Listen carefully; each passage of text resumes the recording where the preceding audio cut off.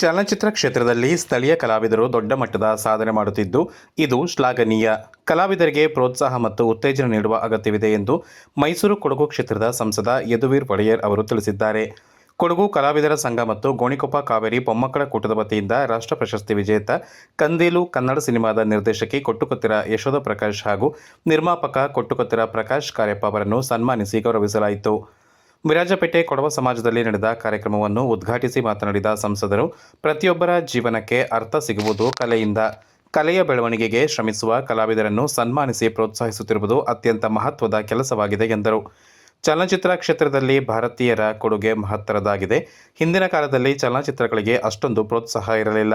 ಆದರೆ ಇಂದು ಸ್ಥಳೀಯ ಕಲಾವಿದರು ದೊಡ್ಡ ಮಟ್ಟದಲ್ಲಿ ಸಾಧನೆ ಮಾಡುತ್ತಿದ್ದಾರೆ. ಸಾಧನೆಗೆ ಹಾಗೂ ಸಾಧಿಸಿದ ಕಲಾವಿದರಿಗೆ ಪ್ರೋತ್ಸಾಹ ದೊರಕುತ್ತಿರುವುದು ಶ್ಲಾಘನೀಯ. ಭವಿಷ್ಯದಲ್ಲೂ ಪ್ರೋತ್ಸಾಹ ದೊರಕುವಂತಾಗಲಿ ಎಂದರು.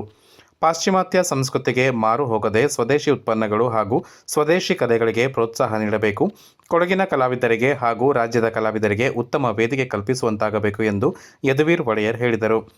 ಸಾಮಾನ್ಯವಾಗಿ ಇದರ ಇತಿಹಾಸದಲ್ಲಿ ಒಂದು ಹಾಲಿವುಡ್ ಮಿತಿಯಲ್ಲೇ ಎಲ್ಲ ಒಂದು ಪ್ರೋತ್ಸಾಹ ಕೊಡ್ತಾರೆ. ಸ್ಥಳೀಯ ಒಂದು ಚಲನಚಿತ್ರಕ್ಕೆ 2-3 ದೊಡ್ಡ ಹೀರೋಗಳು ಅಥವಾ ಸ್ಟಾರ್ಗಳು ಬಿಟ್ಟರೆ ಇದಕ್ಕೆ ಜಾಸ್ತಿ ಒಂದು ಪ್ರೋತ್ಸಾಹ ಇಲ್ಲ, ಕಾಳಜಿ ಇಲ್ಲ. ಸಮಾಜದಲ್ಲೂ ಕೂಡ ಯಾರ ಮಟ್ಟಕ್ಕೆ ನಾವು ಪ್ರೋತ್ಸಾಹ ಕೊಡಬೇಕಾಗಿತ್ತು ಅದು ಆಗ್ತಾ ಇಲ್ಲ.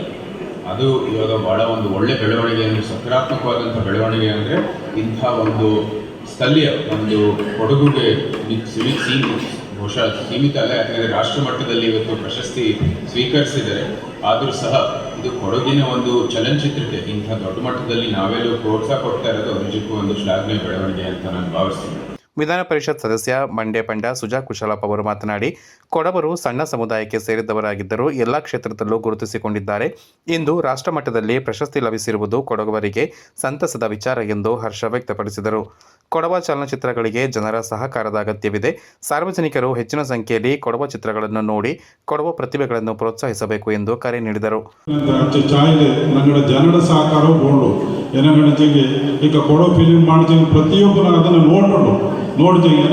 ಈಗ ಕೊಟ್ಟಿಗತ್ತಿರ ಪ್ರಕಾಶ ಬಾರಿ ಸುಮಾರು ಜನ ನಡ್ತೀನಿ ಜನ ಪೋಪದ ಕಮ್ಮಿ ಅದು ಆಪಕ್ಕಾಗ ಈಗ ಕೈಂಜನಿಗೆಲ್ಲ ಗೊತ್ತುಂಡು ಒಂದು ಇಶ್ಯೂ ಆಮೇಲೆ ಎಂದನೇ ಜನ ಕೊಡ್ಚಿ ಅನ್ನನೇ ಪ್ರತಿಯೊಬ್ಬರು ಕೊಡೋ ಫಿಲಿಮ್ ಮಾಡ್ದಾಗ ಎಲ್ಲ ಜನ ಸಹಕಾರ ಕೊಡ್ಕೊಂಡು ಆ ಸಹಕಾರ ಕೊಡ್ತದೆ ಮಾತ್ರ ಎಂಕರೇಜ್ ಈಗ ಉತ್ಸಾಹ ಪ್ರತಿಯೊಬ್ಬರು ಇದನ್ನು ಪ್ರೋತ್ಸಾಹ ಕೊಟ್ಟರು.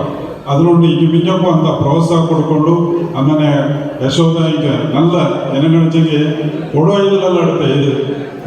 ಬೆಂಗಳೂರು ಕೊಡವ ಸಮಾಜದ ಅಧ್ಯಕ್ಷ ಚಿರಿಯಪಂಡ ಸುರೇಶ್ ಮಾತನಾಡಿ, ಹಲವು ಘಟಾನುಘಟಿ ನಿರ್ದೇಶಕರ ನಡುವೆಯೂ ಕೊಟ್ಟುಕೊತ್ತಿರ ಯಶೋಧ ಪ್ರಕಾಶ್ ಅವರು ರಾಷ್ಟ್ರ ಪ್ರಶಸ್ತಿ ಪಡೆದುಕೊಂಡಿರುವುದು ದೊಡ್ಡ ಸಾಧನೆಯಾಗಿದೆ. ಮುಂದಿನ ದಿನಗಳಲ್ಲಿಯೂ ಮತ್ತಷ್ಟು ಚಲನಚಿತ್ರಗಳನ್ನು ನಿರ್ದೇಶಿಸುವಂತಾಗಲಿ ಎಂದು ಶುಭ ಹಾರೈಸಿದರು.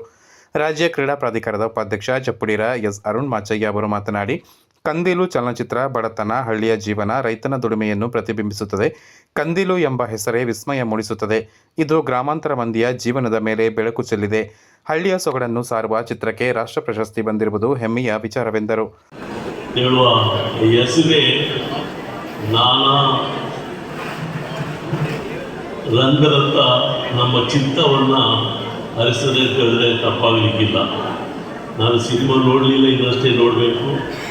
ಕಂದೀಲು ಹೆಸರು ಬಡತನವನ್ನು ಸೂಚಿಸ್ತದೆ, ಒಂದು ಹಳ್ಳಿಯ ಜೀವನವನ್ನು ಸೂಚಿಸ್ತದೆ, ಮತ್ತು ಹಳ್ಳಿಯಲ್ಲಿ ರೈತನ ದುಡಿಮೆಯನ್ನು ಸೂಚಿಸ್ತದೆ. ಮತ್ತು ನನ್ನ ಬಾಳಿನ ಜೀವನ ಪ್ರಾರಂಭವಾಗಿದ್ದನ್ನು ನಾನು ಹೆಮ್ಮೆಯಿಂದ ಹೇಳಲಿಕ್ಕೆ ಇಲ್ಲಿ ಇಷ್ಟಪಡ್ತಾ ಇದ್ದೀನಿ. ನಾನು ಸಹ ಕಂದೀಲು ದೀಪವನ್ನು ಇಟ್ಟು ರಾಷ್ಟ್ರ ಪ್ರಶಸ್ತಿ ವಿಜೇತ ನಿರ್ದೇಶಕಿ ಕೊಟ್ಟುಕೊತ್ತಿರ ಯಶೋಧ ಪ್ರಕಾಶ್ ಅವರು ಮಾತನಾಡಿ, ನಮ್ಮದೇ ಊರಿನಲ್ಲಿ ನಮ್ಮ ಕೆಲಸಕ್ಕೆ ಪ್ರೋತ್ಸಾಹ ದೊರೆಯುತ್ತಿರುವುದು ಸಂತೋಷ. ಹಲವು ಸವಾಲುಗಳ ನಡುವೆ ಕುಟುಂಬದ ಬೆಂಬಲದಿಂದ ಮುಂದೆ ಬರಲು ಸಾಧ್ಯವಾಯಿತು ಎಂದು ಹೇಳಿದರು. ಕಾರ್ಯಕ್ರಮದ ಅಧ್ಯಕ್ಷತೆ ವಹಿಸಿ ಮಾತನಾಡಿದ ಕಾವೇರಿ ಮೊಮ್ಮಕ್ಕಳ ಕೂಟದ ಅಧ್ಯಕ್ಷೆ ಕೊಟ್ಟಂಗಡ ವಿಜು ದೇವಯ್ಯ ಅವರು, ಹಲವು ವರ್ಷಗಳ ಹಿಂದೆ ಕೊಡಗಿನಲ್ಲಿ ಸಿನಿಮಾ ಎಂದರೆ ಮೂಕು ಮುರಿಯುವವರ ಸಂಖ್ಯೆ ಹೆಚ್ಚು ಇತ್ತು. ಹೆಣ್ಣು ಮಕ್ಕಳನ್ನು ಚಿತ್ರರಂಗಕ್ಕೆ ಬಿಡುತ್ತಿರಲಿಲ್ಲ. ಆದರೆ ಸಣ್ಣವಂಡ ಶಶಿಕಲಾ ಅವರು ಕನ್ನಡ ಸಿನಿಮಾಕ್ಕೆ ಮೊದಲ ಕೊಡವ ಮಹಿಳೆಯಾಗಿ ಪಾದಾರ್ಪಣೆ ಮಾಡಿ ಕೊಡವರಿಗೆ ಸ್ಫೂರ್ತಿಯಾಗಿದ್ದಾರೆ. ಅಂದಿನಿಂದ ಇಂದಿನವರೆಗೆ ಸಮುದಾಯದ ಹಲವು ಮಂದಿ ಸಿನಿಮಾ ಕ್ಷೇತ್ರದಲ್ಲಿ ಸಾಧನೆ ಮಾಡಿದ್ದಾರೆ. ಇಂದು ನಿರ್ಮಾಪಕಿಯಾಗಿ ಯಶೋಧ ಪ್ರಕಾಶ್ ಅವರು ರಾಷ್ಟ್ರಮಟ್ಟದಲ್ಲಿ ಸಾಧನೆ ಮಾಡಿರುವುದು ಶ್ಲಾಘನೀಯ. ಮುಂದಿನ ದಿನಗಳಲ್ಲಿ ಮತ್ತಷ್ಟು ಯುವ ಪ್ರತಿಭೆಗಳು ಚಿತ್ರರಂಗದಲ್ಲಿ ಸಾಧನೆ ಮಾಡುವಂತಾಗಲಿ ಎಂದರು.